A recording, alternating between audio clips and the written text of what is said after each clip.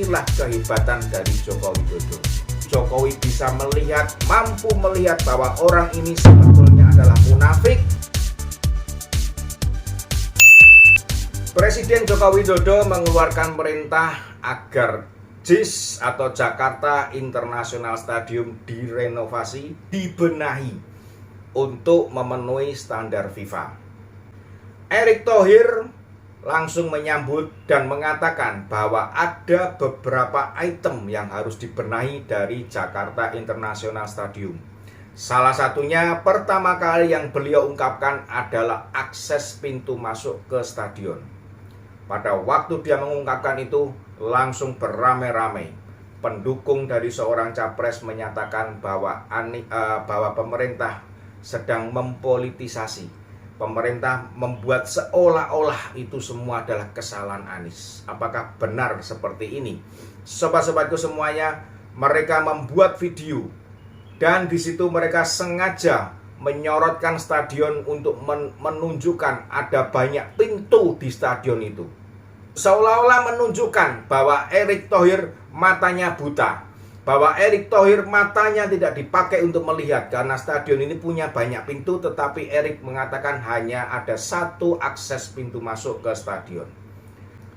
Yang dimaksud oleh Erick Thohir akses pintu masuk bukanlah pintu masuk ke dalam stadion, tetapi akses pintu dari jalan raya menuju ke stadion. JIS hanya memiliki satu pintu, tidak ada akses lain, yaitu melewati jalan yang ada di depan stadion.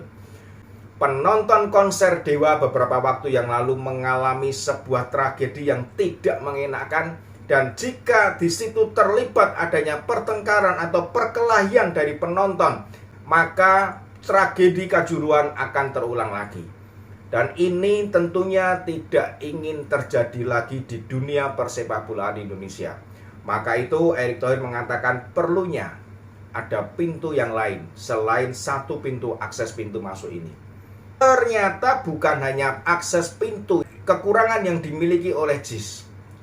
Rumput yang ditanam juga belum memenuhi standar FIFA. Walaupun rumput itu jenisnya sudah dipilih sesuai dengan jenis standar FIFA, tetapi dalam perjalanan waktunya, pemeliharaannya atau cara penanamannya yang salah, maka mengakibatkan rumput itu nanti bisa membuat FIFA akan mencoret JIS sebagai stadion yang akan digunakan untuk pertandingan U17.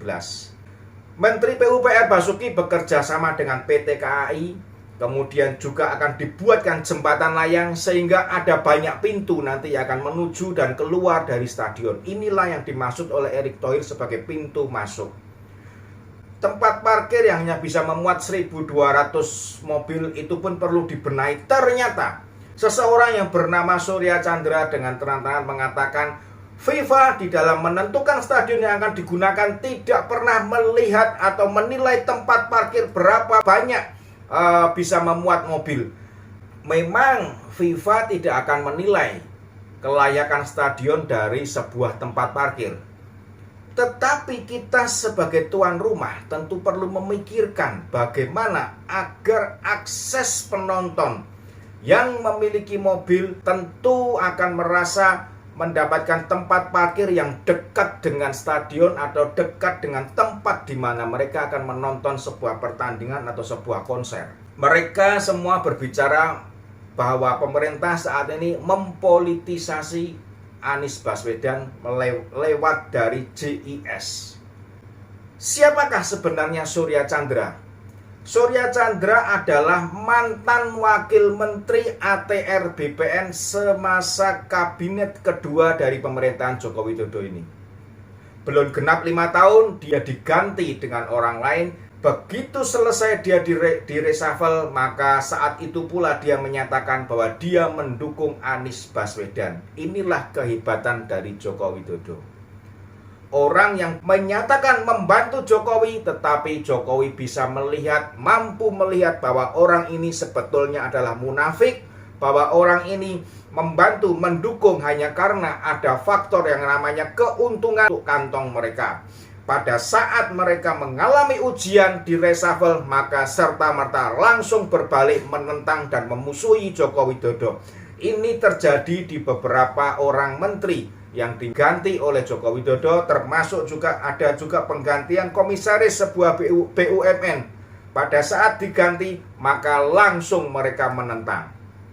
Mereka semua mengatakan bahwa Jokowi mempolitisasi Anies Baswedan. Justru sebetulnya kalau kita lihat, merekalah yang mempolitisasi Anies Baswedan. Merekalah yang membuat pemerintah seolah-olah merusak citra Anies Baswedan. Mereka mengglorifikasi bahwa pemerintah mempolitisasi. Disitulah nyata bahwa memang keburukan-keburukan Anies mereka pun mengakui, dan mereka takut rakyat melihat kebenarannya, sehingga mereka membuat seolah-olah bahwa pemerintah memburukkan, pemerintah menjelekkan, sehingga mereka beramai-ramai membuat pernyataan yang tujuannya mereka ingin rakyat melihat bahwa Anies Baswedan dizolimin pemerintah, Anies Baswedan dicurangin pemerintah, dan Anies Baswedan diturunkan grade-nya oleh pemerintah.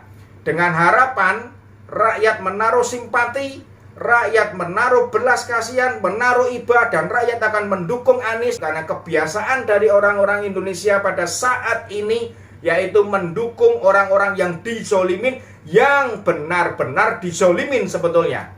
Nah, mereka saat ini sedang ingin menunjukkan bahwa Anies ini dizolimin. Anies orang yang suci, walaupun di tanah suci ternyata Anies berbohong. Anies yang baik dan Anies yang berhasil membangun Jakarta dengan adanya sumur-sumur resapan yang membawa korban kecelakaan beberapa kali. Hampir semua pendukung Anies melakukan hal yang serupa.